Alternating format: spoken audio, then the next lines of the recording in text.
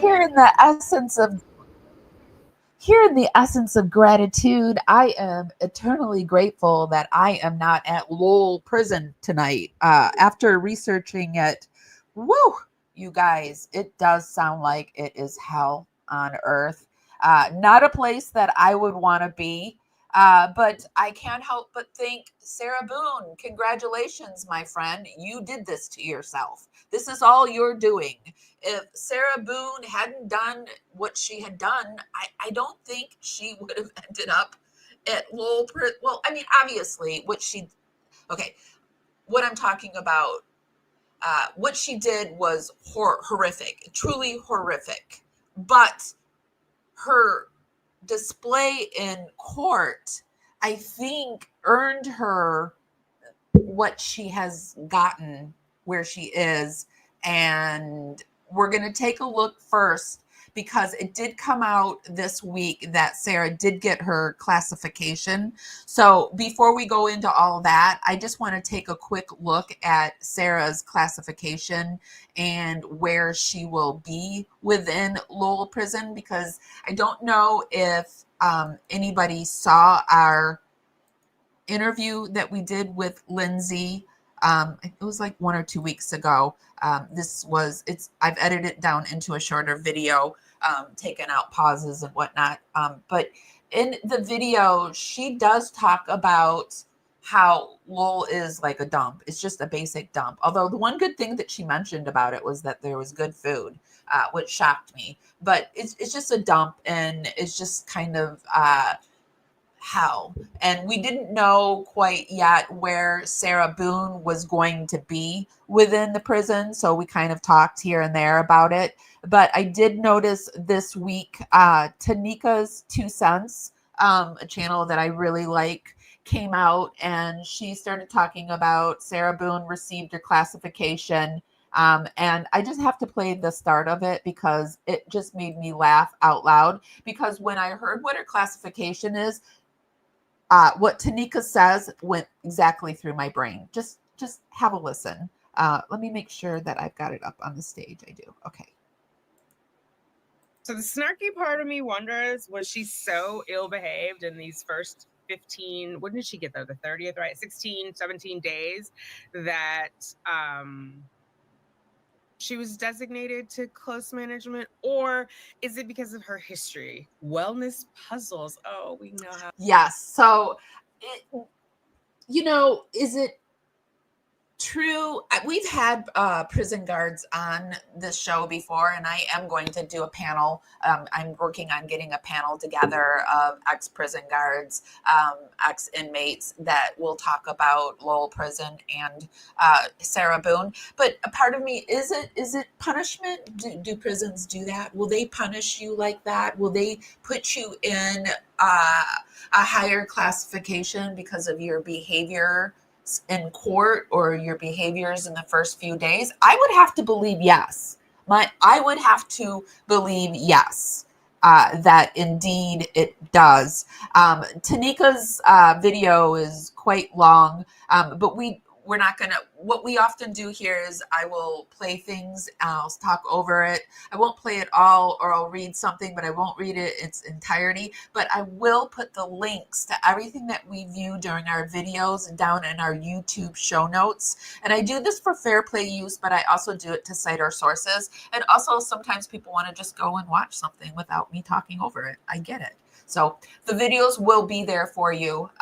And before we get started, we are coming to you today on Facebook, YouTube, and Instagram. Hi, everyone. If everyone could just give us a thumbs up, a heart, however you do it on the platform you're at, it just helps us go out into the algorithm. Party out there. And bring more interesting people back to the party. We're going to move forward, though. I found kind of a shorter video that I wanted to look at regarding her classification. This is another channel that I like to watch. It's Just Lazy Gamer. And we also have a quick document that we're going to look at the classification. And then we're going to go into the inmates that are probably Sarah's neighbors. Some of them are quite interesting. And then we're going to go into these things that are going down at Lowell facility. Date for you when it comes to Sarah Boone's life behind bars. And needless to say, she is not going to be very happy with the situation she has put herself in. Now, that seems to be the consensus, that Sarah Boone did this to herself, basically. In reception, and it has that. So she was in reception when talking to Lindsay. That's, we talked about it, and she thought quite probably that Sarah would be housed at Lowell. And indeed, I think she is being housed at Lowell. I do have a few things that I want to correct when we go a little bit further. I did misspeak about a few things, Sarah Boone, that I need to correct. I do want to say that sometimes I do make mistakes. I make mistakes. But if I find out that I make mistakes, and if you tell me that I've made the mistake and I check and verify that, yes, indeed, I did make that mistake, I do correct myself. And I want to live in a world where that can be my MO, where if I make a mistake, because I do make mistakes, I'm able to correct myself. And so I appreciate everybody that fact checks me and corrects me and helps me make it so that I'm bringing you the correct information. On Sarah Boone, I actually go through the inmate handbook she is given when she arrived in reception, and it has that answer for us. Let's go through all the custody assignments so we can know exactly what Sarah Boone is missing out on. An issue that inmates are usually concerned about is their custody level. Your custody is determined by a number of factors, including length of sentence, criminal history, any history of violence, escape history, a number of other important factors.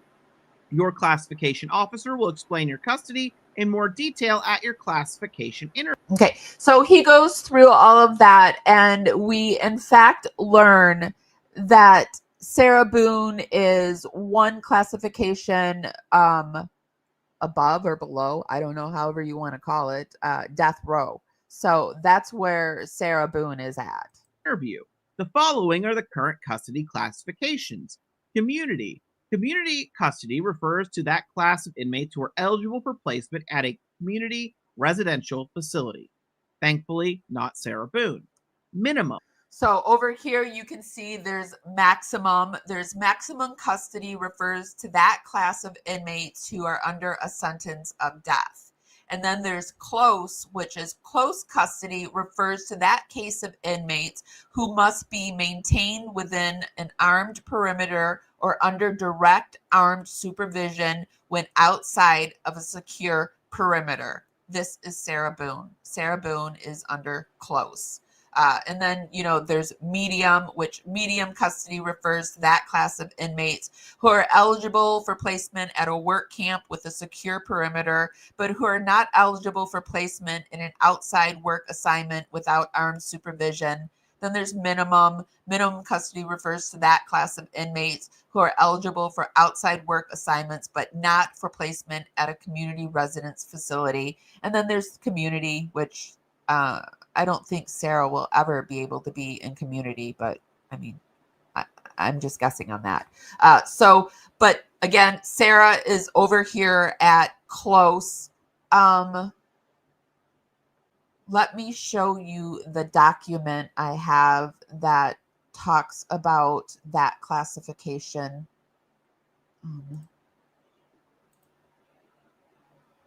Let me stop the screen and see how to share. They actually never shared a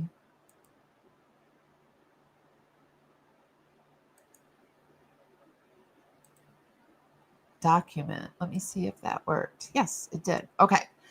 Oh,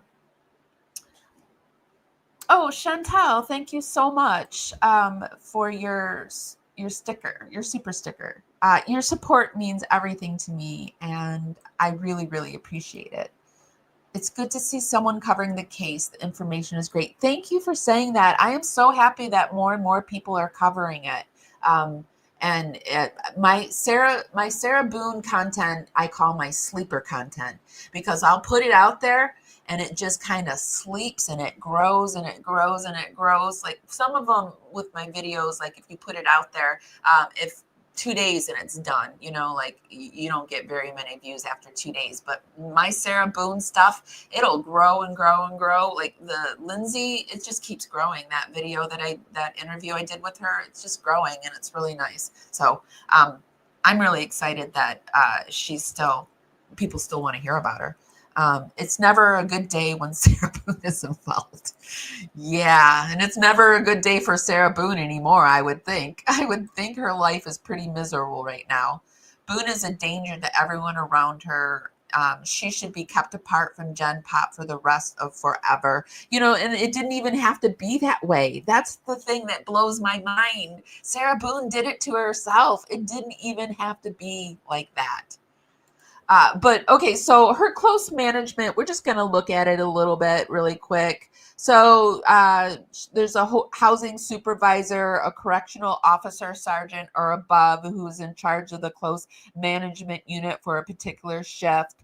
There's medical staff, there's mental health staff, there's close management, the confinement of an inmate apart from the general population for reasons of security or the order and effective management of the institution where the inmate, through his or her behavior, has demonstrated an inability to live in the general population without abusing the rights and privileges of others, which is interesting because it says the rights and privileges of others. So what was she doing to others? What rights and privileges was she abusing in jail? I can't wait until we hear like more that comes out about her jail experience. That's going to come sooner or later. We're going to get some interviews coming out, I'm sure. There's close management levels. There's 3 individual levels. There's CMI, CMI2 and CMI3. I'm not saying that right.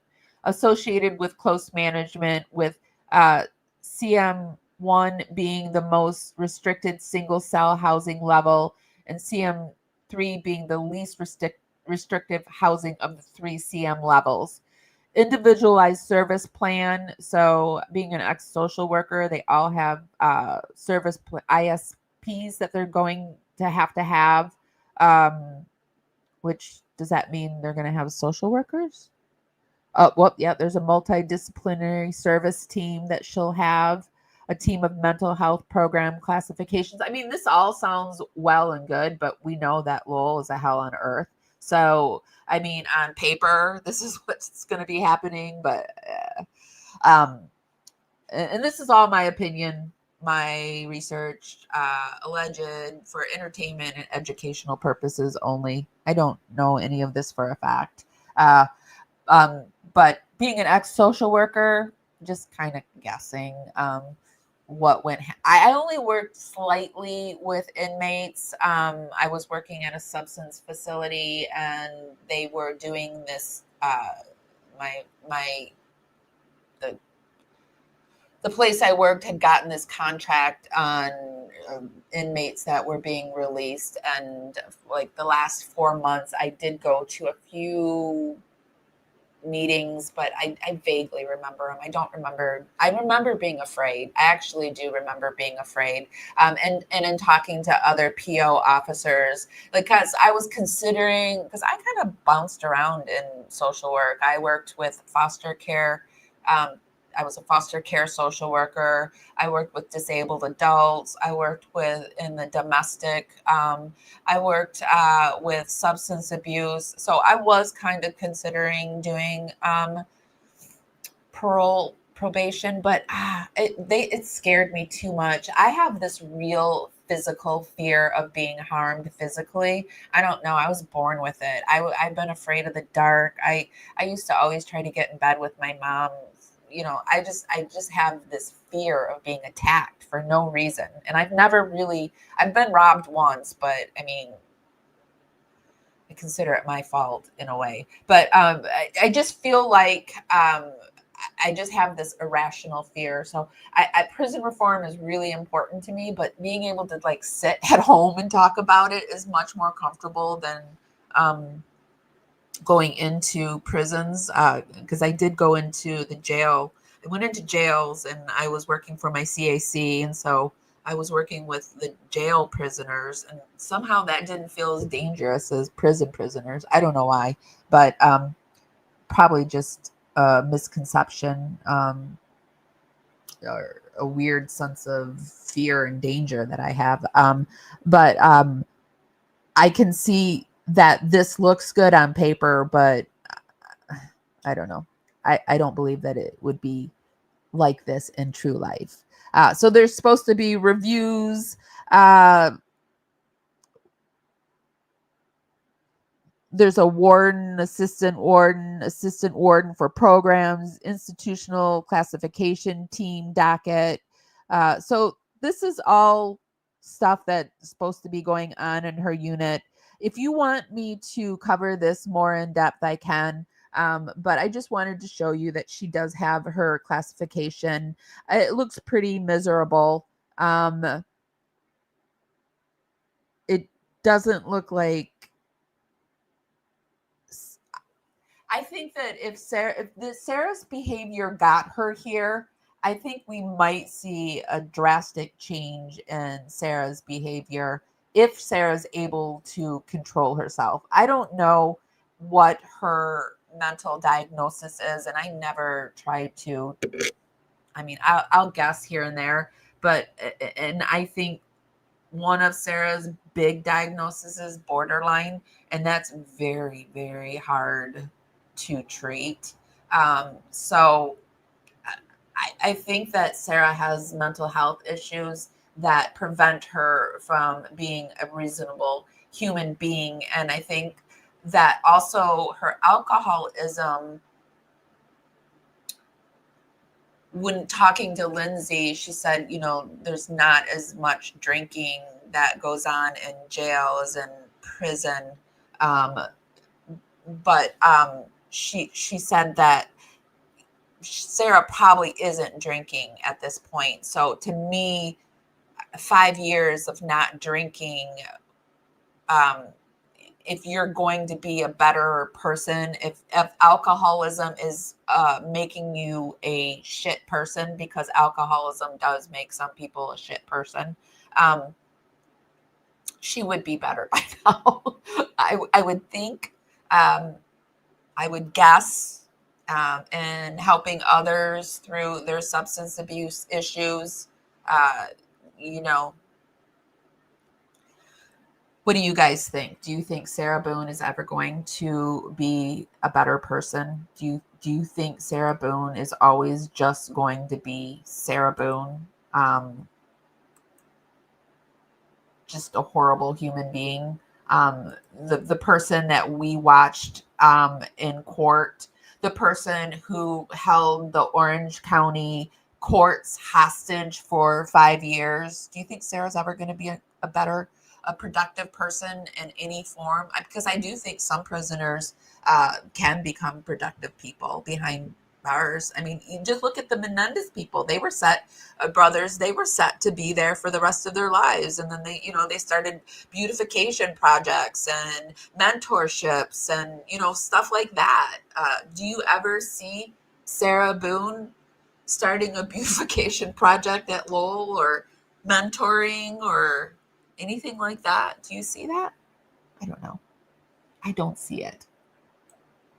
But I want it. I want to be able to see it. I want to be hopeful about it. Okay, so let's actually keep going. And let me show you who some of Sarah Boone's neighbors are, or possible neighbors. Hold on.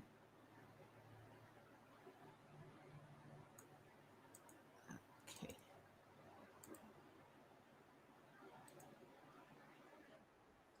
Oops, that's not right. Sorry, you guys. I've got so much up on my page tonight. I had so much I want to show you tonight that there's probably like 30 windows open. Okay, here we go. So when we were talking with Lindsay, I misspoke a few times. So I need to correct myself on a few things. Well, this was actually when I went over Sarah Boone's life before prison, her early years. And I don't know why I said this. I don't know. I seriously don't know why I said it, because later when someone corrected me, I was like, I said 97. Well, anyway, I was talking about her birth date. And I said that her birth date was 10/10/97. I don't know why. I don't know why. But it was 10/10/77. So her birthday is 10/10/97. When Lindsay was on, I named a number of women being on death row, saying, "Oh my gosh, there's so many women on death row." There's not. Those were past women on death row that I was naming off. So they were women that had been on Florida death row, but were either put to death or taken off death row and put into a life sentence. Currently, there's only 3 women on death row, and we're going to look at them. But yeah, so I really apologize. Also, I think I said that the prison had internet, and they're not. Well, to me, internet, you can email them. They can do apps they get tablets. They can do apps on their tablet. I mean, it's internet, but it's limited internet, but technically it's not internet. So they don't have internet. So, but they have tablets that they have, they can do learning apps on, different apps, and then they can email. So, I mean, there's apps on their tablet, but so it's a limited type deal. So those were the corrections that I really wanted to make sure that you guys knew about, because I don't want misinformation out there. I think she might just get worse. She seems pretty inhumane. Yeah, that closing spectacle that she did was quite the little cherry on top of her sundae of spectacles. So past and present, here are all the women who have been sentenced to death row in Florida. And death row is housed in the same prison that Sarah Boone will be in. Obviously not on the same unit, but it is in the same. It's at the Lowell Correctional. So here are some of the women that have been there. Women who have received the death penalty in Florida. There was Berta Hall in 1929. 23-year-old Bertha Hall and Gordon Denmark, 22, were sentenced on October 9th, 1926 to the electric chair for unaliving her grocer husband. There was Billy Jackson. She was sentenced in Duval County on February 1st, 1927 for the piercing death of her musician husband, Governor Martin. Commuted her sentence 7 months later, and she was released in 1935 or 1936. So there was Ruby McCollum, Irene Laverne Jackson, Maria Dean Arrington, Sonia Jacobs, Casey B. Dudley, Carla Collier, D. Castile, Deidre Hunt, Andrea Hicks, Virginia Larzillier. Some women who have been executed was Judius Goodyear Bonanno. Sorry for the butchering. Aileen Warnos. She was very popular, serial killer. Aileen is a well-known serial killer who was implicated in the deaths of several men in Florida. She was ultimately sentenced from Volusia County on January 31st, 1992. On the December 1st, 1989 shooting of a Clearwater businessman, she was executed on October 9th, 2002. There was Tiffany Cole, Margaret Allen, Tina Brown, and we're going to take a look at a few of these women more in depth. These are the 3 women who are still on Florida's death row. Tina Brown of Pensacola is on death row for murdering her neighbor. And yes, I have to say these weird words because YouTube doesn't like certain words, which I live for a day where I can just say what I would need to say on YouTube, but that day isn't here yet. So Tina Brown of Pensacola is on death row for murdering her neighbor. Tina Brown, 52, arrived on death row in October 2013 for the brutal murder of her neighbor, 19-year-old Audrina Zimmerman. Brown, with help from a friend and her then 16-year-old daughter, Brittany Miller, ambushed Zimmerman in a trailer, attacked her repeatedly with a stun gun, gagged her, stuffed her in the trunk of a car, drove her into the woods, beat her with a crowbar, doused her with gasoline, set her on fire, and left her to die.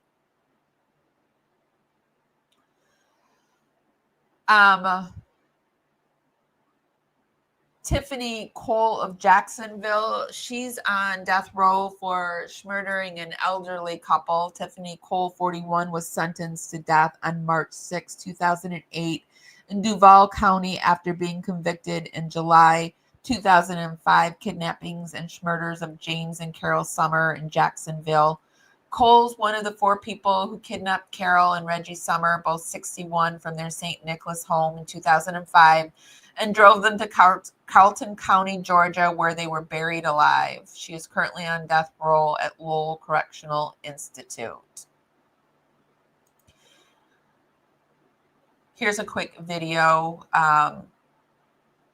of the 3 women that I mentioned. We didn't read the third one, but she's mentioned in this one.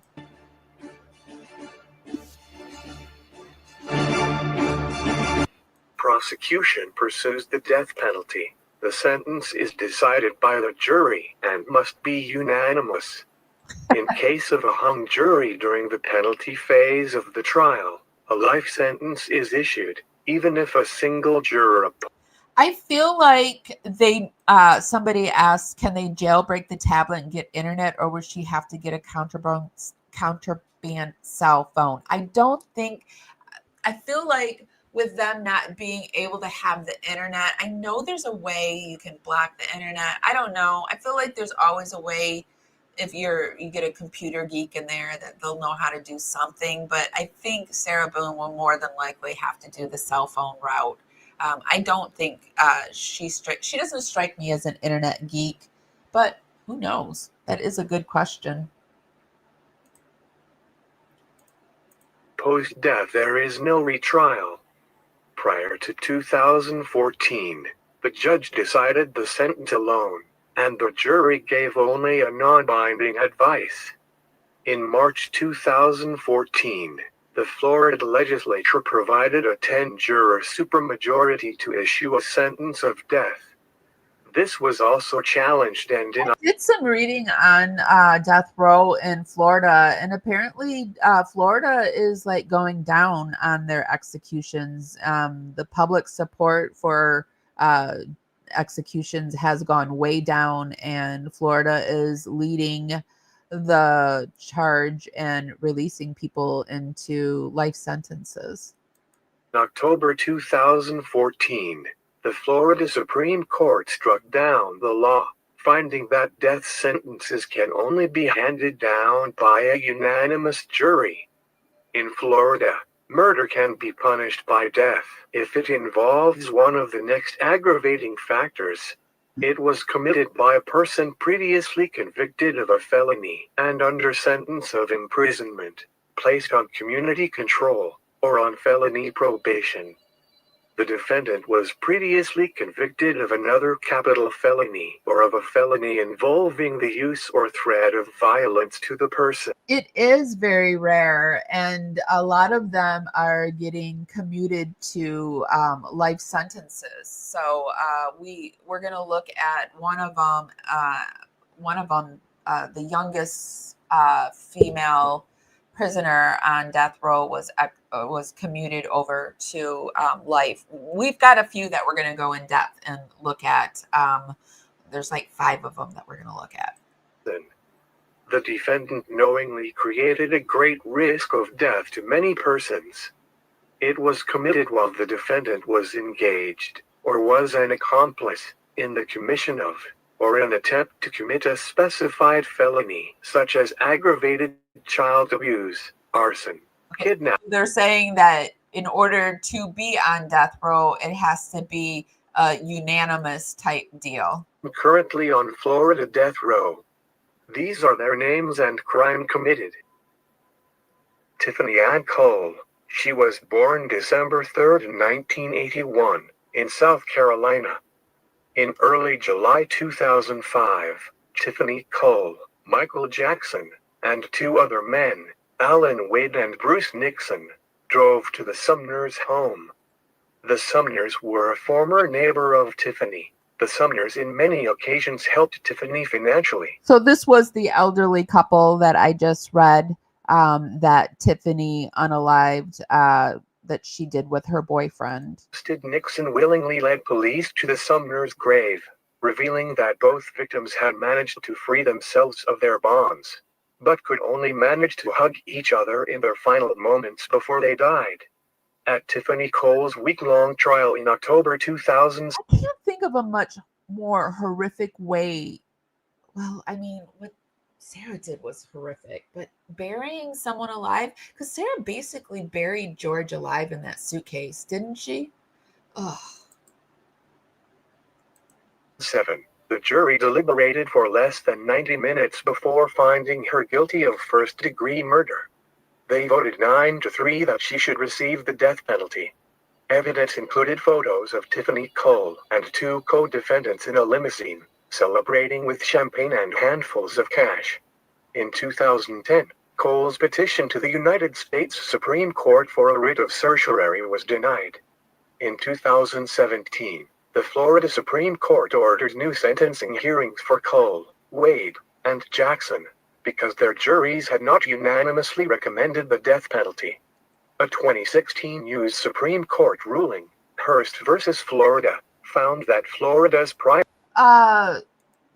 Sam says her score on the hair psychopathy checklist is identical to Jeffrey Dahmer, slightly less than Eileen Wuornos, far less than Ted Bundy, and equal to John Wayne Gacy. Where is this? Sam, where is this? Because I would love to take a look at that. Wow. Yeah, that's terrifying. But believable after the performance she put on. I mean, I don't even think it's a performance. I think what she did is who she truly is. And yeah, I mean, she did us all a favor probably by earning herself life in prison instead of 15 years, because we're much safer for it. But what an idiot. higher law permitting non-unanimous jury verdicts in death penalty. Margaret Ann Allen, born on January 23rd. This is the next person that is on death row. Margaret Ann Allen, born on January 23rd, 1966.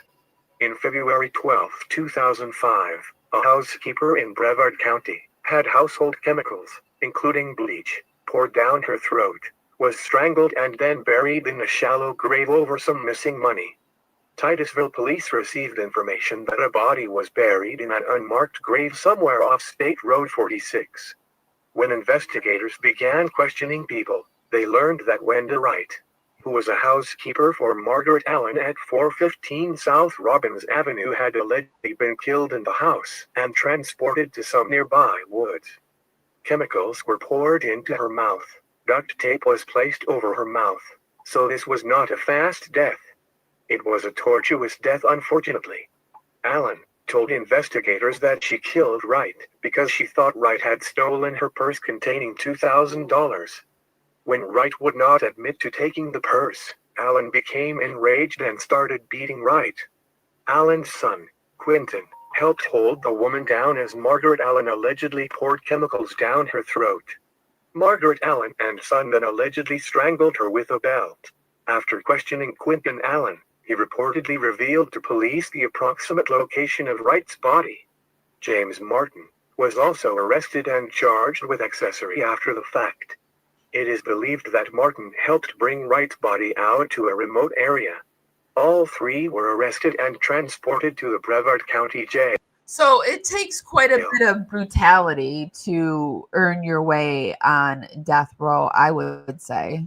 And traumatic brain injuries. Dr. Joseph would testify that her brain injuries would make it difficult for Allen to conform her conduct to cultural expectations. So she obviously tried to say that she had some brain injuries that made her do it. So this is the third person that is on death row. 1970. Tina Brown was convicted of beating 19-year-old Audrina Zimmerman with a crowbar, shocking her with a stun gun, and then setting her on fire in Brown's family home.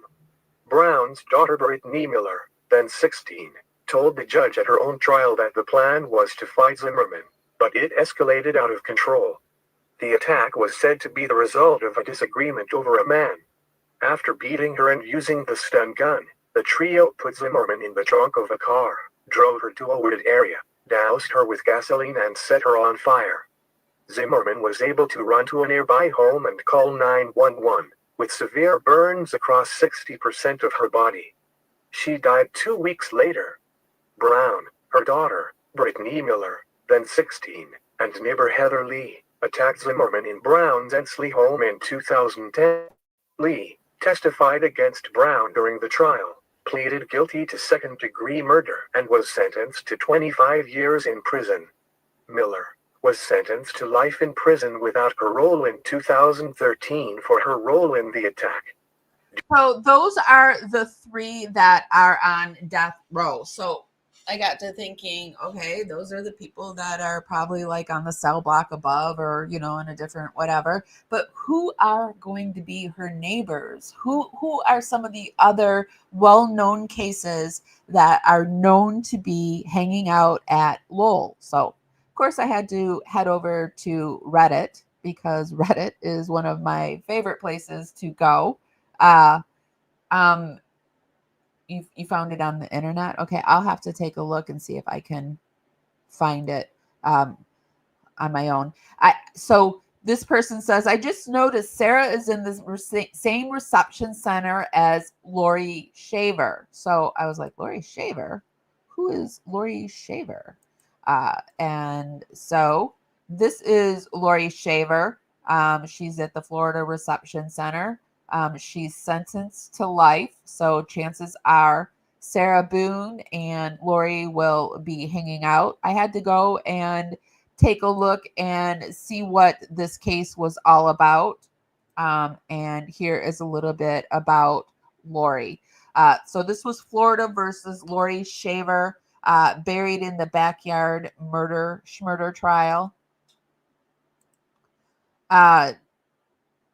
A Florida woman was sentenced to life in prison for murdering her husband, who was found buried in her backyard. In September, a jury deliberated for a little less than 4 hours in the trial of Lori Shaver before convicting her of second-degree murder in the November 15 fatal shooting of Michael Shaver. Prosecutors argued Lori buried Michael's remains in the backyard of their Claremont home and then impersonated him in text and Facebook messages to create the impression he was still alive. Michael's body was found in March 2018, 3 feet below ground under a concrete slab and fire pit that Lori installed in the backyard 2 years prior. Lori was arrested and charged with second-degree murder and accessory after the fact in September 2020. She was out on bond while awaiting trial. During pretrial proceedings, Lori's defense claimed her daughter, who was 8 years old at the time, pulled the trigger and unalived her father during a violent episode to protect her mother. Interesting. She pulled out her daughter. Do you think Sarah would have pulled out her son if her son had been spending the night that night? Would she have blamed it on her son? Somehow talked him into getting into it, and she went to bed and didn't know anything about it? I could see that happening. Anyway, during pretrial proceedings, Lori's defense claim. Oh, I'm sorry. The Shavers were living together but dating other people when Michael went missing. Lori's defense wanted to present evidence that Michael allegedly subjected Lori to years of physical, sexual, and emotional abuse. Lori's defense claimed in court documents that their two children witnessed much of the physical abuse, including an alleged incident on the day Michael was last seen alive that led their daughter to unalive her father. So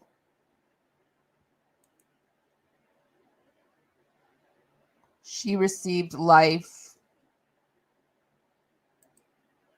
Also breaking at this hour, the woman who killed her husband and then buried his body in their backyard will spend the rest of her life in prison. Laurie Shaver was just sentenced this afternoon.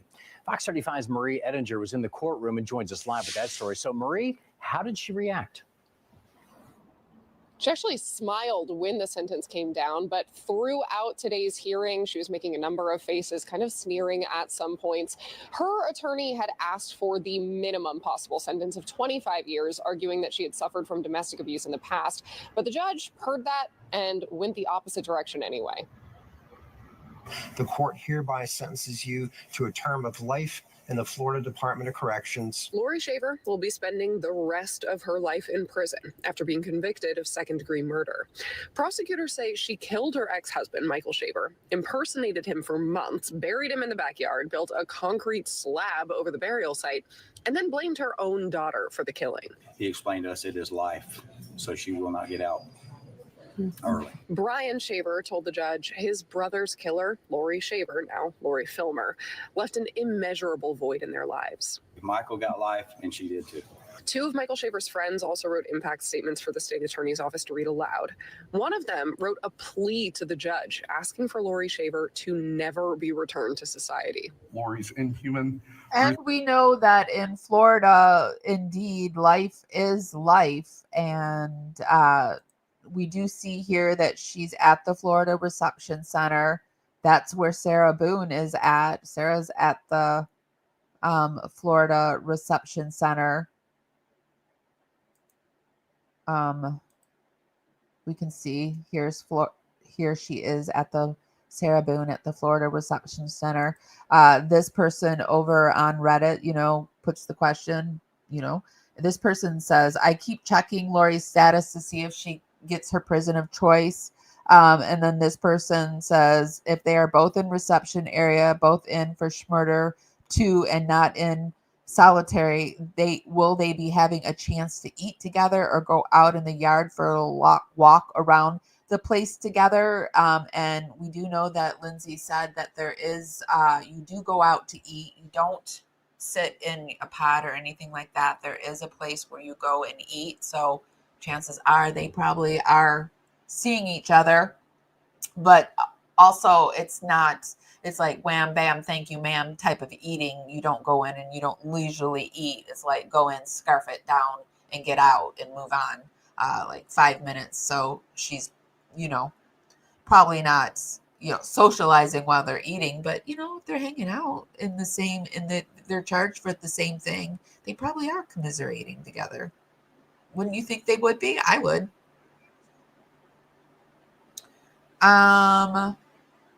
But we also still don't know exactly what, when we were looking at the Lowell Correctional, I would like to know what building she's in. I'm that nosy. I want to know where Sarah Boone is hanging out. So maybe one day we'll get to that point, but yeah. So that is one person that Sarah Boone is more than likely hanging out with. Here is another person that I discovered just before. This was something that I found just before I came on. This person was, remember her? She was on, this is Rebecca Fenton, and she was on, Pierce Bronson. Remember her? Interesting part that stood out to me was that there was a lot of circumstantial evidence collected at the time, but not enough to arrest Rebecca until 5 years after her husband's passing. They arrested her, and she was also sentenced to life. Let's look at a clip of the interview.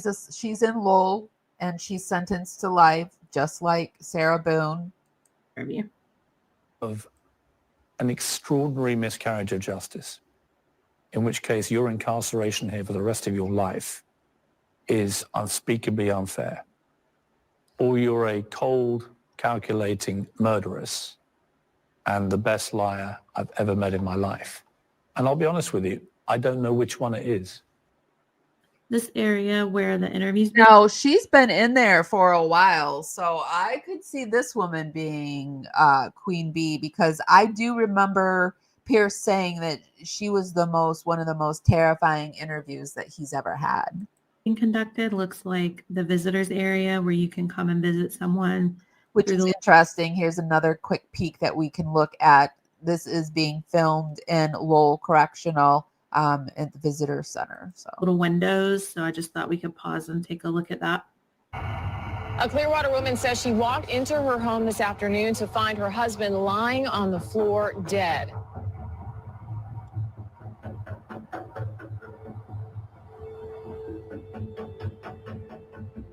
It's Larry A. Benton, and he loves me, and I love him. And Pierce Morgan. It be happening. I really think she thought she was smarter than we were, and she was going to commit this perfect crime. I will link the full interview in the description if you're interested in watching it.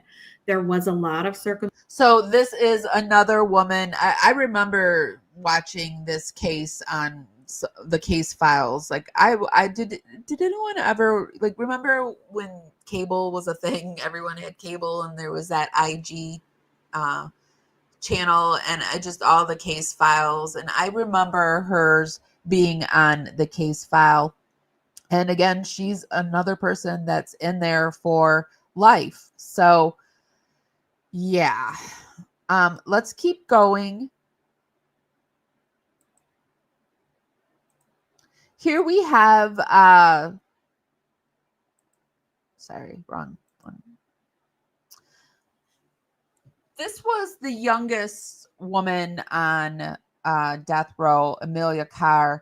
She was convicted of first-degree murder in 2009. But I think what happened with her was because there was that law that came by where you couldn't put a person under 17, I think, on death row, or they had to be reevaluated or something, and they all came up, all these underage juvenile cases either were commuted to life, or even the ones that were put on life had to be looked at and decided if they were going to get a lesser sentence, because you could no longer convict a juvenile of life. Or I don't know, this was 10 years ago. I don't know if they amended it, but I remember when that was all happening. And this is when this happened for her. EmiliaCarr, once Marion County's only female death row inmate, will now spend the rest of her life in prison. After an evidentiary hearing May 19th, the state declined to seek a new death penalty phase, according to court records, and 5th Judicial Circuit Court Judge Willard Pope resentenced Carr, 32, to life in prison without parole. She has been fighting her death sentence since 2011. There are now only 3 women on death row. Carr placed a garbage bag. A Marion County jury in 2010 found Carr guilty as charged of kidnapping and first-degree murder in the 2009 death of 26-year-old Heather Strong. Carr and her boyfriend, co-defendant Joshua Fulgham, 35, lured his estranged wife, Strong, to a storage trailer in Boardman in North Marion County. When Carr arrived, Strong tried to leave, and a scuffle ensued. Fulgham held Strong down as Carr taped her to a chair. Fulgham then forced Strong to sign a document that gave him custody of their 2 children. Carr placed a garbage bag over Strong's head, and Fulgham held it tight and wrapped tape around his wife's neck. Carr tried twice to break Strong's neck. Carr said Fulgham then put his hands over Strong's nose and mouth and suffocated her. Strong's body was found near the trailer 4 days later. The jury voted 7-5 to recommend death for Carr. Fogelman was sentenced to life in 2012 with a vote of 8-4. Carr appealed her sentence, raising several issues, including possible errors by the trial judge and the proportionality of the death sentence. In 2015, the Florida Supreme affirmed Carr's death sentence. This case involves a love triangle between the victim, Heather Strong, her estranged husband, Joshua Fogelman, and the defendant, EmiliaCarr, that ended when Carr and Fogelman carried out their plan to unalive Strong, the High Court wrote in its decision. But ultimately, it's been commuted to life. So this is another person that probably is spending time with good old Sarah Boone. Here we have her sitting with Tina Brown, I believe that was, right? Okay. Let me find myself here. Okay, another people that are doing, more people over on Reddit in Lowell Prison. There's Catherine Magbanua. I don't even know how to say that, if that's right. Catherine Magbanua. She's incarcerated in the prison. I hadn't heard of her. So I had to look at her, and Catherine was sentenced to life in prison plus 2 30-year sentence in Dan Markle's murder, which, I mean, I probably should have, because he was the state person that she shot. Circuit Judge Robert Wheeler sentenced Catherine Magbula to life in prison plus 2 additional 30-year sentence run in her role for the murder of Florida state law professor Dan Markle. Last week marked 8 years since Markle was gunned down in his Benton Hills garage. Tara Cowis, Magbanua's attorney. One thing that I can say that Miss M hopes and prays for is that justice is ongoing and has not been reached in this case, and she wants each and every person who has hand in this and knows something about this to be brought to justice. So let's take a quick look at this. That's it from Ms. McDonald. And I appreciate the time, and she also wanted me to thank the court. She didn't get an opportunity to do that at the end of the trial. Thank you, Your Honor. All right, thank you, Ms. Kawas. Okay, I did have the score sheet here that I mentioned before, and the lowest permissible sentence on the counts 2 and 3 would be 172.50 months on those, and then the statutory maximum, as we've mentioned, is 30 years. Ms. Kappelman, would you mind going up, and can you move that podium, because I can't see you behind that at this point. So if you can move it one way or the other so that I can see you sitting at the table. Great, thank you very much. All right, also, Madam Clerk or Ms. Kappelman, do we know what the credit for time served is at this point? I have that, yes, sir. I have 2,119 days.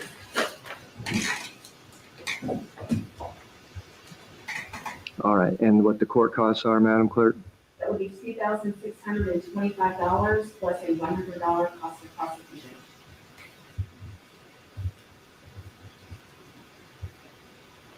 Okay, and the state's asking that all sentences run consecutive, is that correct? Yes, Your Honor.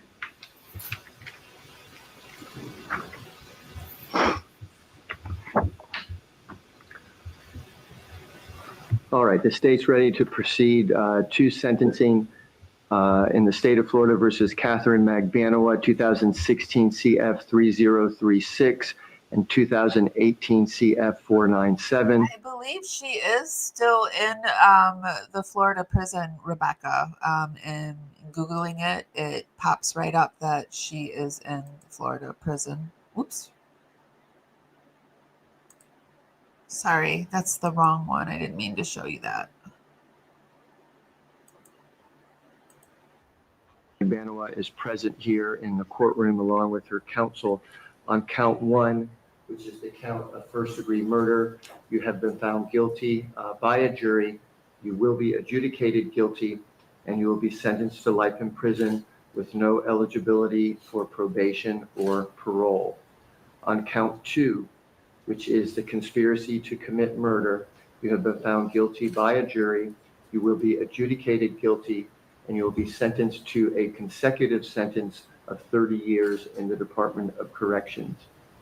On count 3, the solicitation to commit murder, you have been found guilty by a jury of that count. You are adjudicated guilty, and you will be sentenced to a consecutive sentence of 30 years in the Department of Corrections. You have credit for time served of 2,119 days. Your court costs are $2,625 and $100 cost of prosecution, and those will be civil judged.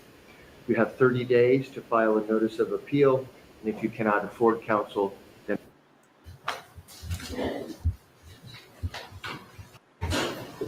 Okay, so that was another woman that is in the Lowell prison. We also